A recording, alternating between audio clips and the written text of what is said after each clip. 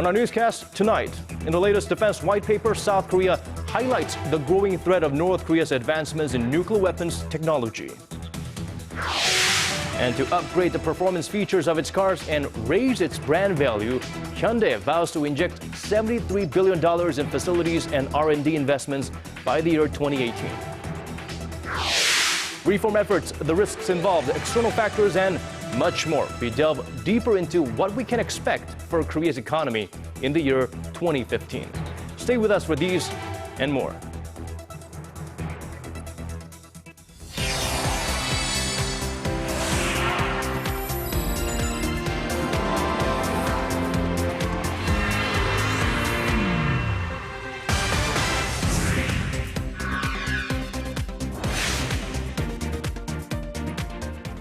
Hello and welcome everyone. You're watching Early Edition at 6, brought to you live from Seoul. I'm Hyundai. And I'm Daniel Che. Thank you for joining us.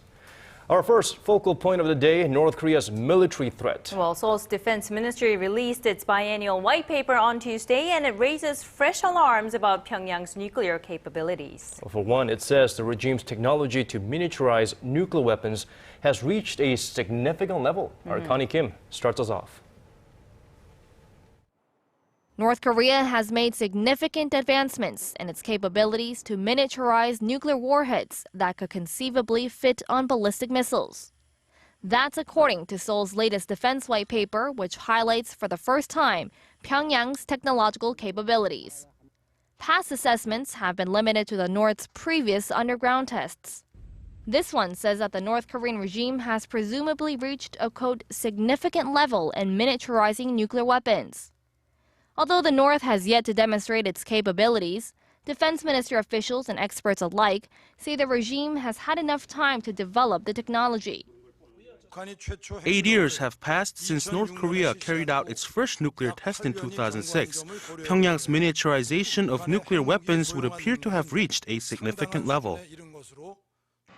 The white paper also says North Korea probably has ballistic missiles that could threaten the U.S. mainland, and that the North has strengthened its defenses along its borders, not just with South Korea, but with China and Russia as well. Since 2012, when the last white paper was published, North Korea's military has grown by an estimated 10,000 soldiers to a total of 1.2 million. Now that's nearly double the size of South Korea's forces. The white paper also refers to the North as South Korea's enemy again, as it did in the last assessment in 2012. It remains to be seen what effect, if any, that will have on the prospects of inter-Korean talks in the new year, as the leaders of both Koreas expressed a willingness to do so in their New Year's addresses. Connie Kim, Arirang News. Well, President Park Geun-hye has called on North Korea to swiftly come to inter-Korean dialogue. Her remarks were made during the first cabinet meeting of the year on this Tuesday, pointing out that many obstacles have held inter-Korean relations back from progressing. President Park said she was relieved to hear that Pyongyang intends to engage in talks. 북한은 조속히 남북 간 대화와 협력의 장으로 나와서 우리와 한반도의 평화 정착 또 통일을 위한 구체적인 사업을 실질적으로 협의해 주기를 바랍니다. Now, referring to North Korean leader Kim Jong-un's New Year's speech, she said it was significant, especially since this year marks the 70th anniversary of the two Koreas division. The president put a lot of emphasis on setting up a good foundation for dialogue, adding that at this point, it's crucial that Pyongyang back up its words with sincere action. Now, following Washington's newest sanctions on North Korea, some legislators in the U.S. are urging the government to look into relisting Pyongyang as a state sponsor of terrorism. So what effect will this have on the newly found momentum on the Korean peninsula? Our Unification Ministry correspondent Hwang Sung-hee talked to some experts for answers. Take a look. The latest U.S. sanctions on North Korea following its cyber attack on Sony Pictures have sparked fresh discussions among lawmakers in Washington. What happened here is that North Korea landed a virtual bomb on Sony's parking lot and ultimately had real consequences to it as a company and to many individuals who work there. Some are even calling on President Barack Obama to follow through on his pledge to review relisting North Korea as a state sponsor of terrorism.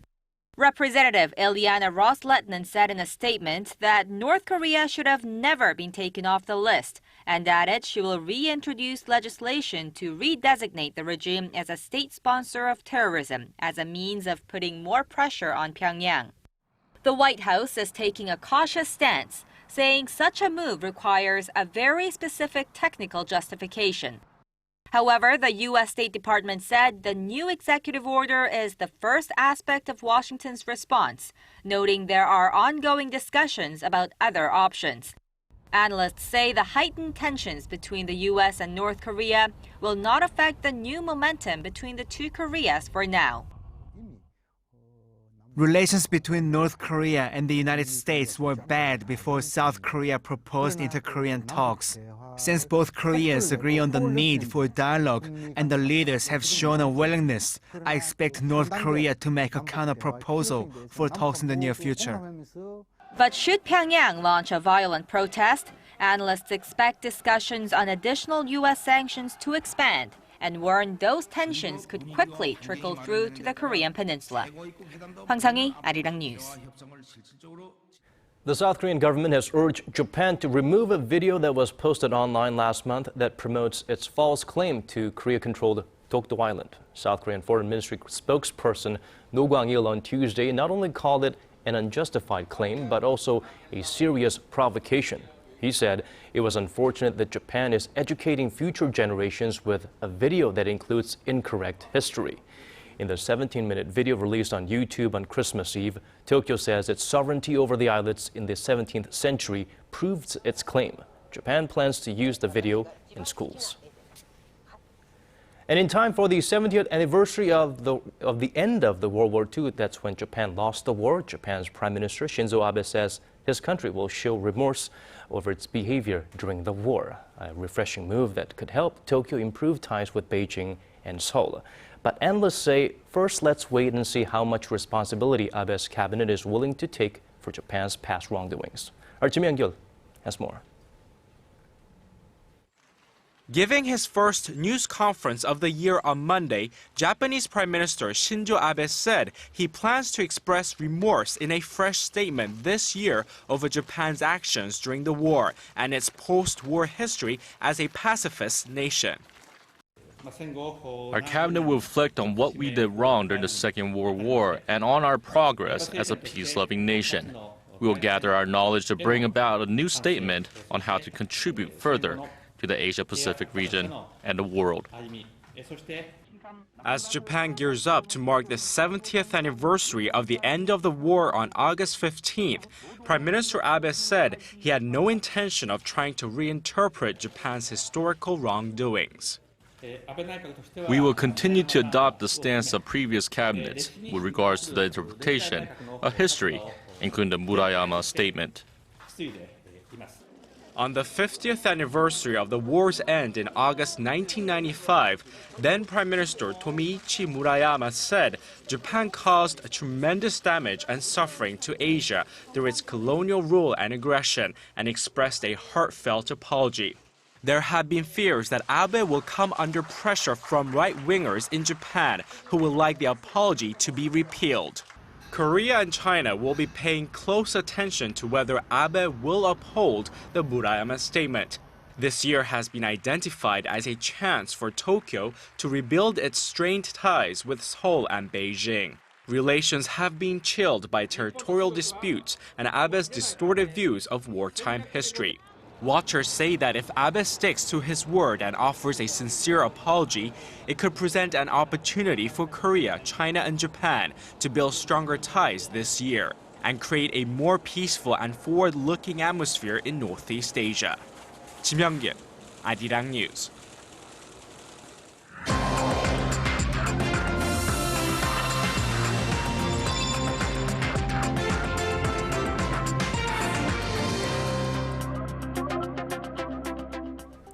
The Korean economy this year faces major challenges to ensure long-term growth and instituting structural reforms is a major part of the solution. And that task comes in the midst of unstable economic conditions at home and abroad. For more on the outlook of the Korean economy for 2015, we are joined by our economics correspondent Hwang Ji-hye in the studio. Thanks for coming in, Ji-hye. Thanks for having me. Okay, Ji-hye, so let's start with the reform efforts the government has pledged for the year 2015. Sure. The government's push for structural reforms comes as concerns mount over the domestic economy falling into the Japanese-style stagnation.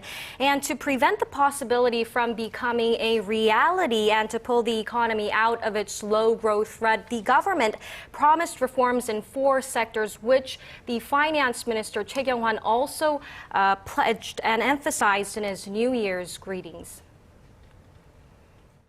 The government will lay the foundation to revitalize the Korean economy and thrive for the next 30 years by implementing structural reforms in the public, labor, education, and financial sectors.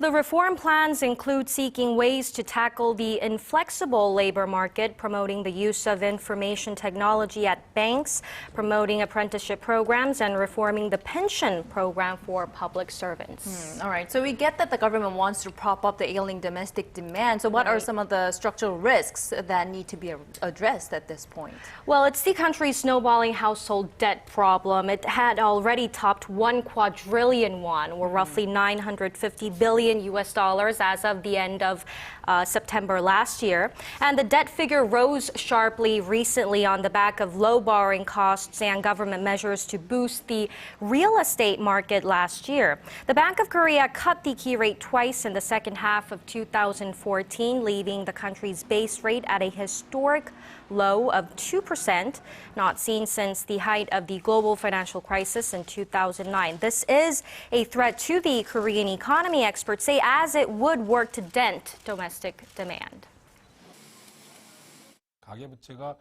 The amount of household debt is a problem, but the fact that the debt has been piling up for the past few years is worse. Households now refrain from spending, even though their income may be rising, because they either use the extra money to pay off their debt or to save up. Okay, so those are the internal challenges, but what about the external factors from outside of Korea that could hurt or help the Korean economy? Well, experts say the weak Japanese yen will continue to weigh on domestic exporters this year again. They add that additional stimulus packages could be announced by the Japanese government this year, a move that would further strengthen the price competitiveness of Japanese exporters, Japanese auto and electronics makers who are closely competing with their Korean rivals. They say the slowing Chinese economy would also pose a burden for the export-dependent Korean economy this year. And another risk stemming from abroad is a possible rate hike by the U.S. Federal Reserve in the second half of this year.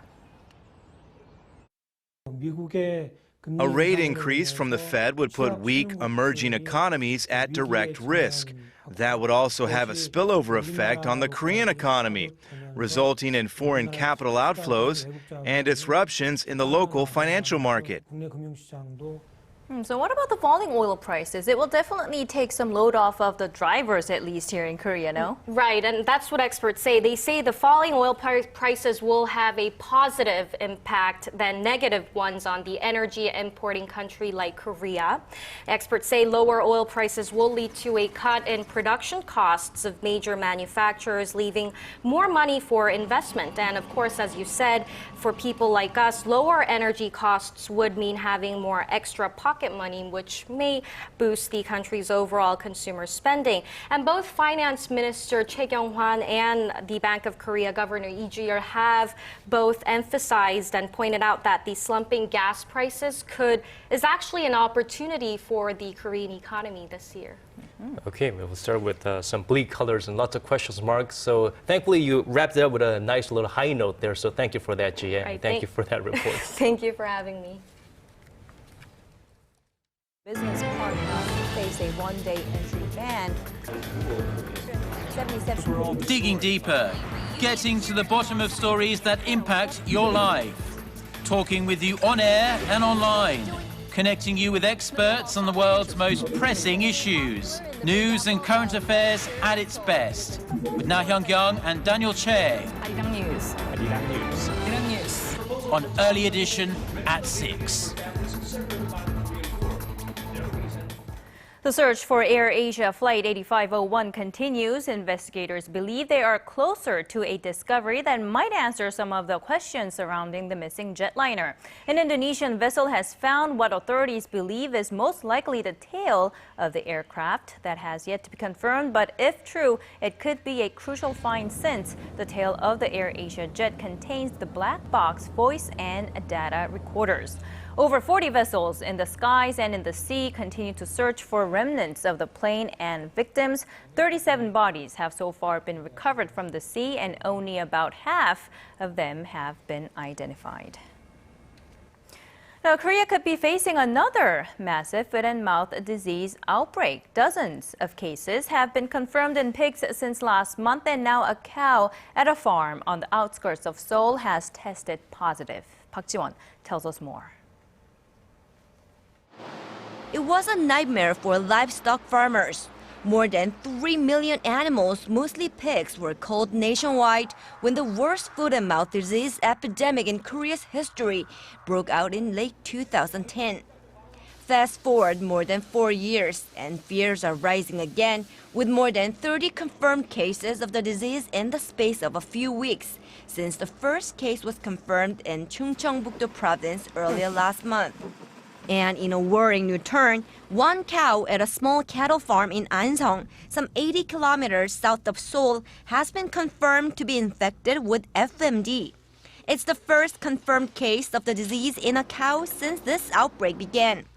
Arirang is famous for its livestock industry, with some 400,000 cattle and pigs at more than 1,000 farms. So far, 33 cases of foot-and-mouth disease in pigs have been confirmed, and more than 26,000 have been culled. Quarantine authorities say the spread of the disease will not be as severe as the previous outbreak due to an improved vaccination program. That said, there are fears FMD could spread to some farms that haven't been visited yet. Critics have accused the government of reacting slowly to the first case. While the Agriculture Ministry is expanding vaccinations to more livestock, it also plans to sterilize every slaughterhouse and all livestock-related vehicles from Wednesday. Park Ji-won, Arirang News. Hyundai Motor Group has announced just how much it will invest in facilities and R&D over the next few years. It's an attempt to enhance the performance of its automobiles and raise its brand value. Our Kim Ji-yeon has this report. Korea's largest automaker, Hyundai Motor Group, plans to devote $73 billion to facilities and R&D investments from now through 2018. That's around $18 billion a year, $1 billion more than the government's spending for national R&D investment. 85% of that total will go toward improving performance standards and developing hybrids and smart cars. Another $10 billion will be set aside to build the Auto Group's new business complex on acquired land in the Seoul district of Gangnam. Through a statement released Tuesday, the company said it's trying to raise its global value by increasing the quality of their products and expand into new growth engines. An estimated $56 billion, or 3/4 of Hyundai's investments, will be concentrated in Korea. The company also plans to recruit around 7,400 people during the next 4 years. The investment plan is expected to help Hyundai Motor and its sister company Kia Motors meet its global sales target of 8.2 million automobiles in 2015. The automakers are estimated to have sold a combined 8 million units globally last year, which would be a record. This despite unfavorable currency conditions and the slow global recovery. Kim Ji-yeon, Arirang News. Global stock markets dropped in stride with oil prices to start the first full week of 2015, and the trend carried over into Asia on Tuesday. Our Kim In-ji reports. The latest crash in crude prices, coupled with fears of Greece's future in the Eurozone, sent shockwaves to stock markets across the globe. Asian markets fell Tuesday, led by Japan's benchmark Nikkei, which shed more than 3%. Shares on Korea's benchmark Kospi also fell nearly 2%, while in Hong Kong the benchmark Hang Seng was down over 1%. Stocks on Wall Street also dipped overnight, with the Dow Jones Industrial Average falling more than 330 points, or 1.9%. The trend was more or less the same in Europe, with Greece dropping about 5%. Crude prices plummeted to fresh lows, with the U.S. benchmark West Texas Intermediate oil even dipping below the symbolic threshold of $50 at one point, a level unseen since April 2009. It fell 5% to finish at just over $50 per barrel on the New York Mercantile Exchange. Benchmark Brent crude also shed about 6% to around $53 a barrel. Crude prices have been on a downward spiral since June, losing more than half their value. Investors fear that the global supply glut, along with weak demand, could push prices down further. I would sit on the sidelines with oil stocks right now. We just don't know the direction of oil prices. We think it could go lower before it starts moving up. OPEC countries have only shown a stronger resolve to raise production in a fight to protect their global market share against shale production in the United States. Recent data also shows that Russian oil outputs have hit post-Soviet records, while Iraqi exports are at their highest since the 1980s. Kim Min-ji, Arirang News.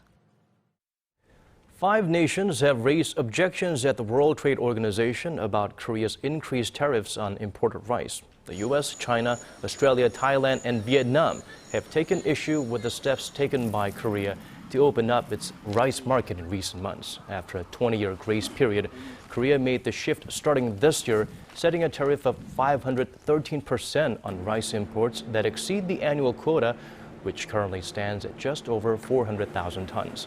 Responding to the criticism, Korea's ambassador to the WTO, Choi Seok-young, said the Korean government would negotiate with each of the 5 countries to keep the tariff rate where it is, since it's designed to protect the domestic rice industry.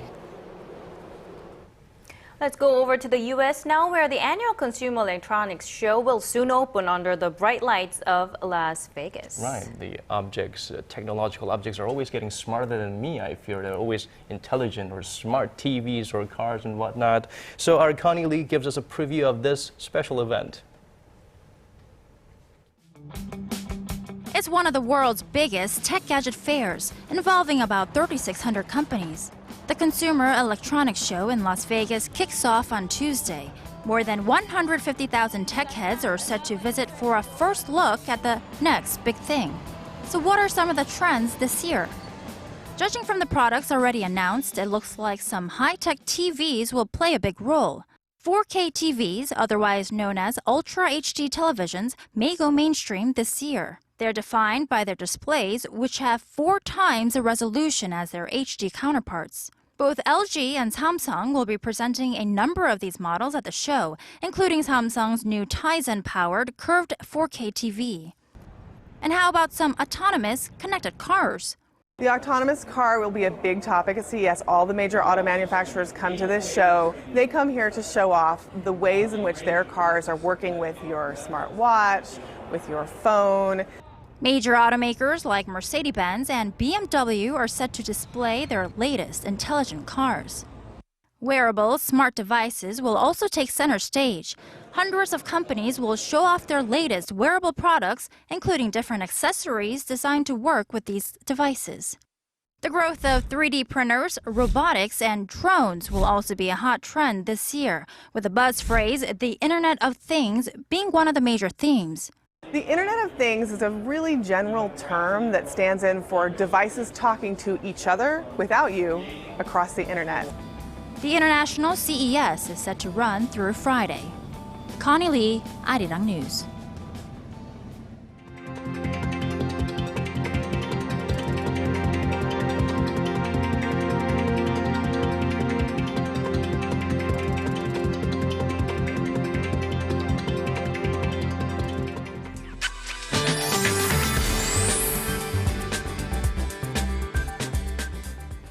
Well, talking about the weather, I was humbled after saying spring felt like it was nearby yesterday. It changed quite quickly. That's right. To fill us in, we turn to our Michelle Park at the Weather Center. Michelle.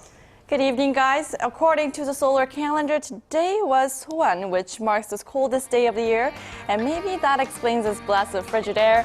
And currently the sky is looking clear, but due to the strong wind, some regions can't even expect advisories and warnings, especially along the west coast. Now we are in for the cold week with lows near -10 degrees, and as you can see, we have current temperatures at -3. And which is expected to recover at the end of the week, so I hope you guys hang in there. And now to our readings for tomorrow. So we'll start off the Wednesday morning at -7 and up to -1 in the afternoon, while Daegu and Busan will top to 3 and 6 degrees. And moving over to other regions, Jeju-Hwanin gets up to 6, while Mount Kumgang dips low to -7 degrees. That's all for now in Shaw Park, and I hope you have a wonderful evening.